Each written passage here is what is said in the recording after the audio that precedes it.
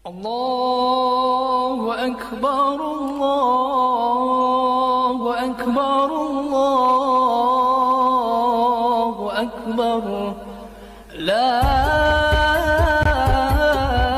إله إلا الله والله أكبر الله أكبر ولله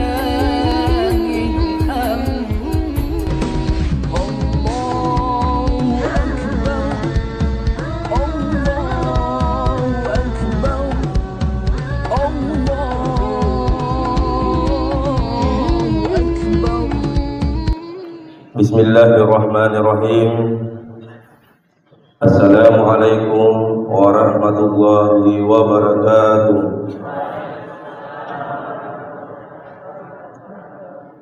Allahu Akbar, Allahu Akbar, Allahu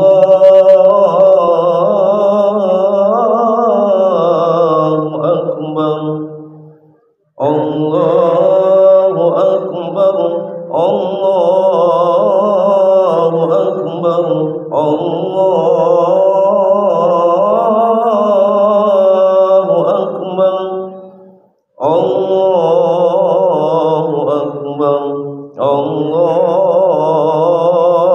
Akbar, Allahu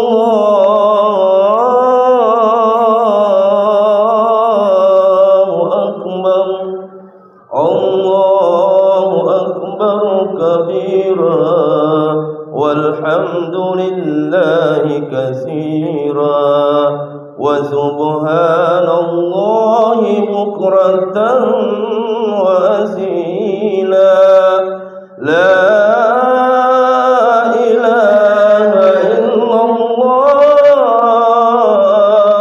wallahu akbar Allahu Akbar walillahil hamd.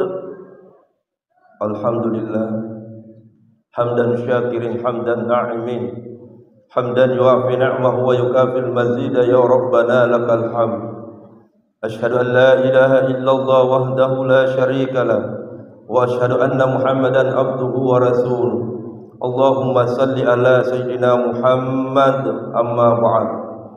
Wa ya ibadallah ittaqullaha haqqa tuqatih wa la tamutunna illa wa antum muslimun.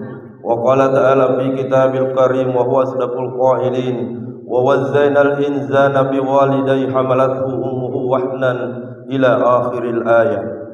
Hadirin sidang jemaah salat Idul Fitri yang insyaallah sama-sama dimuliakan oleh Allah Subhanahu wa taala. Alhamdulillah wa syukurillah wa la haula wa la quwata illa billah. Di saat yang berbahagia ini kita berkumpul di tempat yang penuh dengan mubarakah ini. Malaikat-malaikat pun ikut bersama dengan kita semua yang kemudian mendoakan ampunan untuk anak cucu Adam yang telah melaksanakan puasa 1 bulan penuh selama bulan Ramadan. Ramadan telah pergi untuk selama-lamanya. Maka tentu semua orang yang telah menjalankan ibadahnya dengan sebaik-baiknya tanpa meninggalkan amalan-amalan sunnah dengan sesempurna-sempurnanya, maka tadi malam pada saat kita buka puasa dan melanjutkan takbir, tahmid dan tahlil, menetes air mata ini karena kepergian Ramadan yang begitu cepat. Menetes air mata ini karena Ramadan begitu cepat meninggalkan kita semua. Menetes air mata ini karena waktu tidak akan pernah bisa kembali. Khususnya menetes air mata ini karena semangat itu telah pergi, dalam artian keberkahan Ramadan telah meninggalkan kita. Ya Allah ya Rabb, Mudah-mudahan Ramadan tahun berikutnya Engkau mempertemukan kami kembali, lengkap bersama dengan suami, lengkap bersama dengan istri, lengkap bersama dengan anak-anak kami, lengkap bersama keluarga besar kami. Allah, itu yang kami panjatkan pada saat tadi malam sudah dikumandangkan takbir, tahmid dan tahlil. Ya Allah, kembali pagi hari ini di hadapan-Mu ya Rabb, kami semua bertafakur, kami semua bersyukur, pun kami semua bergembira karena Engkau sudah menyampaikan sebagaimana yang disampaikan oleh Nabi-Mu. Man zama Ramadana imanan wa ihtisaban ghufirat lahu ma taqaddama min zambi. Siapa yang berpuasa di bulan Ramadan dengan penuh kesungguhan dan keimanan, Engkau telah menghapus dosa-dosanya. Maka kemudian dijelaskan oleh Nabi, ketika kami semua melaksanakan Idul Fitri hari ini Allah, maka Engkau telah menjadikan kami seperti seorang bayi, kayaumi waladathu ummuhu. Engkau telah membersihkan kami dari dosa-dosa yang telah kami lakukan hari ini. Engkau berikan perumpamaan sebagaimana Nabi-Mu menyampaikan, kayaumi waladathu ummuhu, seperti seorang bayi yang baru lahir dari rahim ibunya. Ya Allah, terima kasih ya Allah. Terima kasih ya Allah, terima kasih ya Allah. Allahu Akbar, Allahu Akbar, Allahu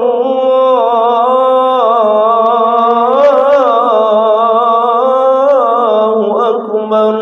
Dalam relung hati kami yang paling dalam ya Allah, Nama-Mu senantiasa terpatri di tempat yang suci ini ya Allah. Ramadan telah menggembleng hati ini Allah untuk sabar. Ramadan telah membentuk sikap ini untuk selalu sayang kepada orang lain ya Allah. Ramadan telah membuat kami tidak pernah luput dari nikmat yang Engkau berikan ya Allah. Maka tadi malam ya Allah kami menangis di hadapan-Mu ketika sujud.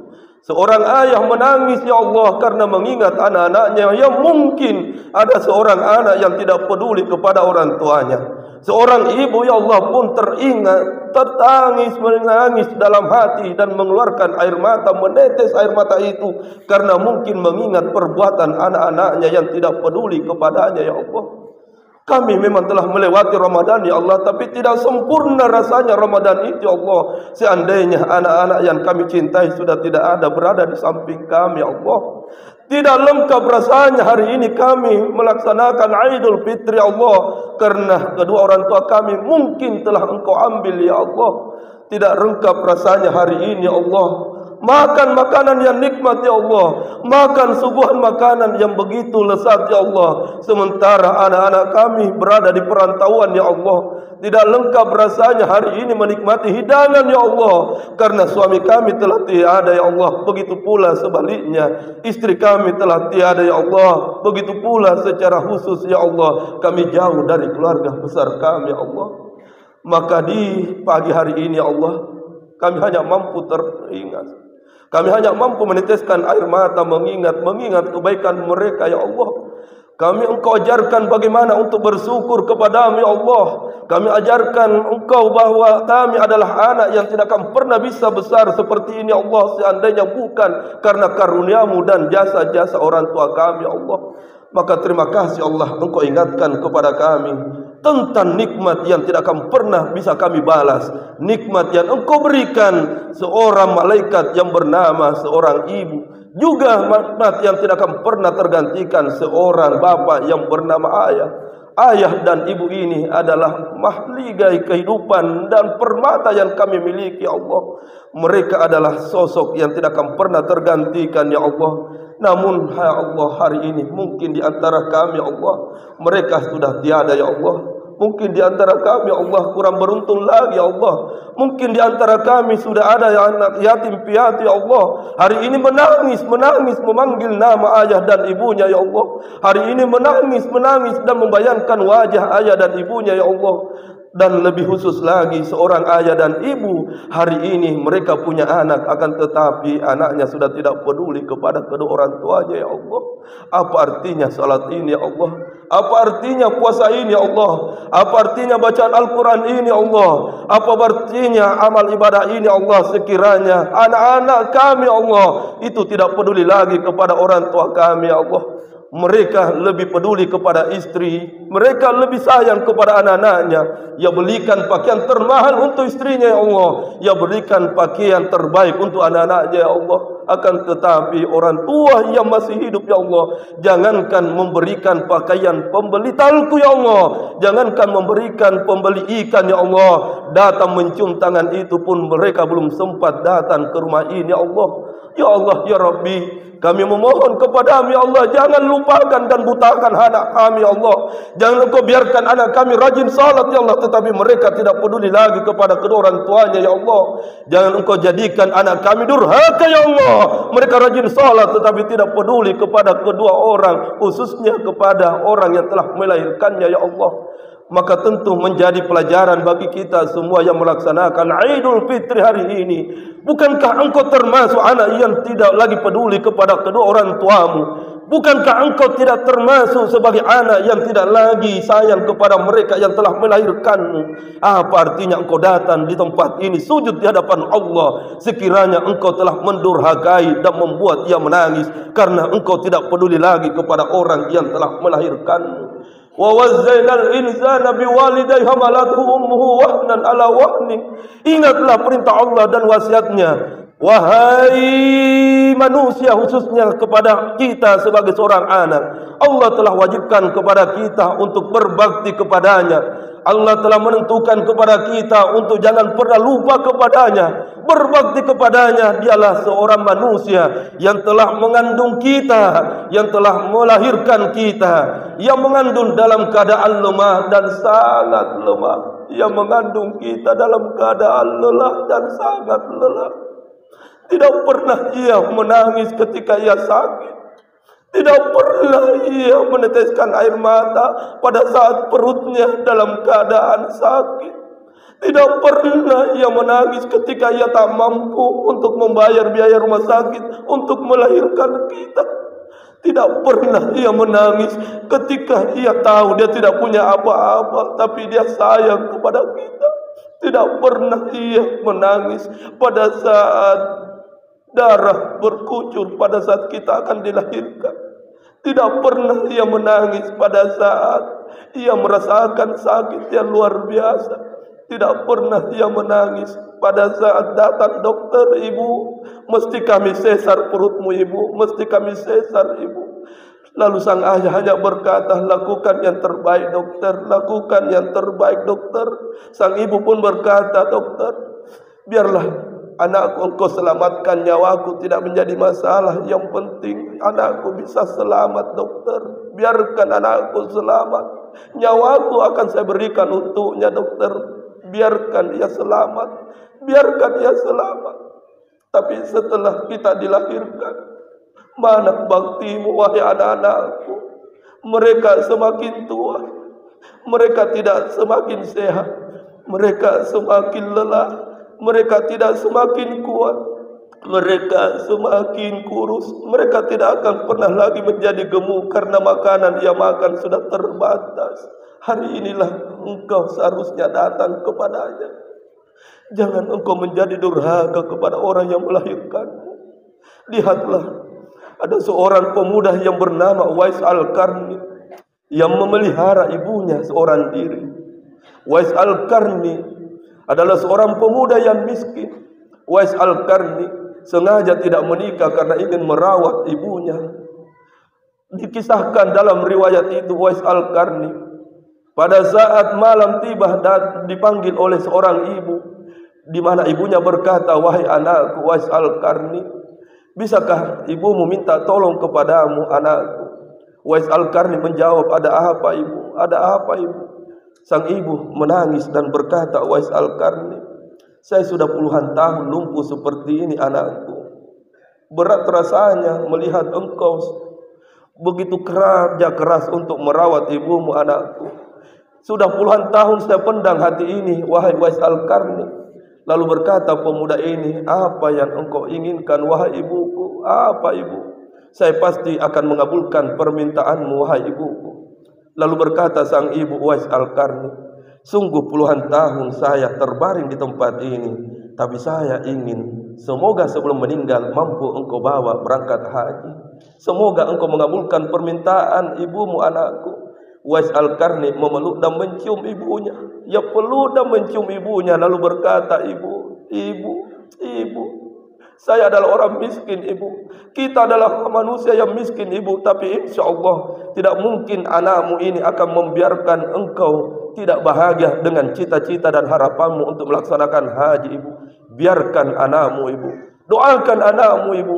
Doakan anakmu ibu supaya kami mampu membawamu melaksanakan haji setelah Ramadan nanti ibu. Akhirnya Uwais Al-Qarni meninggalkan ibunya lalu di luar rumah ia berkata, ya Allah, engkau mendengarkan apa yang diucapkan oleh ibuku ya Allah. Engkau mendengarkan ya Allah apa yang terucap dari bibirnya ya Allah. Maka saya mohon kepadamu ya Allah, biarkan pemuda miskin ini ya Allah berusaha supaya kami mampu membawa orang yang kami miliki ini ya Allah. Harta tidak ada gunanya ya Allah jika engkau telah mengambil ibuku ya Allah. Saya akan berusaha semaksimal mungkin ya Allah untuk membawanya haji ya Allah. Berikan petunjuk kepada kami ya Allah supaya kami mampu membalas kebaikan orang tuaku ya Allah. Akhirnya Uwais Al-Qarni berusaha melatih fisiknya. Ia menggendong anak sapi tetangga yang masih kecil, naik di atas bukit setiap pagi, siang dan sore hari. Semua orang berkata Uwais Al-Qarni telah gila. Kenapa anak sapi ia gendong di atas bukit? Ia tidak peduli cemoohan orang lain. Yang dia pedulikan adalah tangisan ibunya. Jangan sampai ibunya meninggal lalu ia tidak sempat membawanya untuk melaksanakan haji. Akhirnya sampailah waktu di mana Uwais Al-Qarni melihat waktu sudah waktunya tiba untuk membawa sang ibu. Maka berkatalah Uwais Al-Qarni sambil memeluk ibunya, ibu, sebentar lagi kita akan berangkat melaksanakan haji ibu. Ramadan telah usai, Idul Fitri sudah kita lakukan. Sebentar lagi saya akan bawa engkau melaksanakan haji. Dengan cara apa anakku Uwais Al-Qarni? Saya akan menggendongmu ibu. Sang ibu hanya menangis dan berkata, betulkah anakku? Betulkah engkau akan menggendong ibumu? Bukankah perjalanan dari Yaman ke Mekah itu jauh anakku? Sang anak berkata, kurang lebih 1.500 km ibunda. Itu tidak akan pernah membuat semangatku karena saya cinta dengan engkau wahai ibunda. Saya cinta kepadamu ibu. Engkaulah hartaku satu-satunya. Saya tidak akan pernah biarkan engkau menangis ibu. Biarkan anakmu ini dan doakan kepada Allah supaya tubuhku kuat untuk mengangkatmu ibu. Bismillah, Allahu Akbar. Uwais Al-Qarni pun menggendong ibu yang sudah tak berdaya itu. Ia berjalan kaki bukan hanya 1 hari, 1 minggu, 1 bulan. Berbulan ia sampailah akhirnya di tempat di mana ia tawaf di sekeliling Baitullah. Di saat itulah berkata sang ibu, Uwais Al-Qarni, terima kasih anakku, terima kasih anakku. Lalu berkatalah anaknya, wahai ibunda, bukankah baktiku ini tidak ada apa-apanya dibandingkan kasih sayangmu kepadaku? Apa artinya hidupku ini kalau saya membuat engkau menangis karena berdosa? Apa artinya wahai bunda saya salat kalau saya membuatmu kecewa? Maka di saat itulah menangis sang ibu dan berkata, ya Allah, terima kasih ya Allah. Di hadapan Baitullahmu ya Allah, saya ingin bersujud syukur engkau mengirimkan anak yang luar biasa. Anak yang soleh ini ya Allah telah menggendengku kurang lebih 1.500 km ya Allah. Tanyakan diri kita. Tanya dan buka hati ini Bapak Ibu yang dimuliakan oleh Allah. Saya yakin engkau tak akan mampu menggendong ibumu melaksanakan haji dan umrah. Tapi janganlah terlalu panjang jalan ceritanya. Berbaktilah kepadanya di saat masih hidup orang yang telah melahirkan. Apa artinya puasa Ramadan ini jika kita hanya memberikan kebahagiaan untuk istri dan anak-anak kita? Apa artinya sholat tarawih kita jika pakaian terbaru hanya kita berikan untuk istri dan anak-anak kita? Sementara orang yang telah melahirkanmu, engkau tak peduli kepadanya, walaupun untuk datang mencium tangannya. Sekiranya mereka telah meninggal, berbaktilah dan datanglah ke kuburannya untuk membersihkan kuburannya.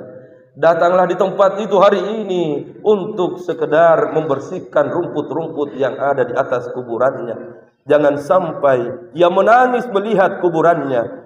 Tak satupun dari anak-anaknya yang datang membersihkan. Sementara kuburan-kuburan tetangganya semua sudah bersih karena anak dan cucunya telah datang untuk membersihkan kuburannya. Apalah yatafakkarun, maka hanya orang yang berpikirlah yang bisa mengambil pelajaran. Nikmat itu ada ketika kita mensyukuri nikmat yang Allah berikan, maka hidup ini akan tentram. Dan nikmat yang terbaik adalah nikmat keimanan dan nikmat di mana kita senantiasa berbakti kepada orang yang telah melahirkan kita. Karena itulah di penghujung khutbah Idul Fitri ini, Ramadan betul telah pergi, orang tua betul telah pergi bagi mereka yang telah tiada. Tapi ingatlah kebaikan-kebaikan seorang anak kepada orang yang telah meninggalkan kita sampai kiamat itu akan dinanti pahalanya pula. Seumpama secontohnya sedekah-sedekah terbaik, niatkan pahalanya untuk orang yang telah melahirkan kita. Amin ya rabbal alamin. Semoga Ramadan ini berkah dan kita dipertemukan dengan Ramadan tahun berikutnya insyaallah. Allahu akbar, Allahu akbar, Allahu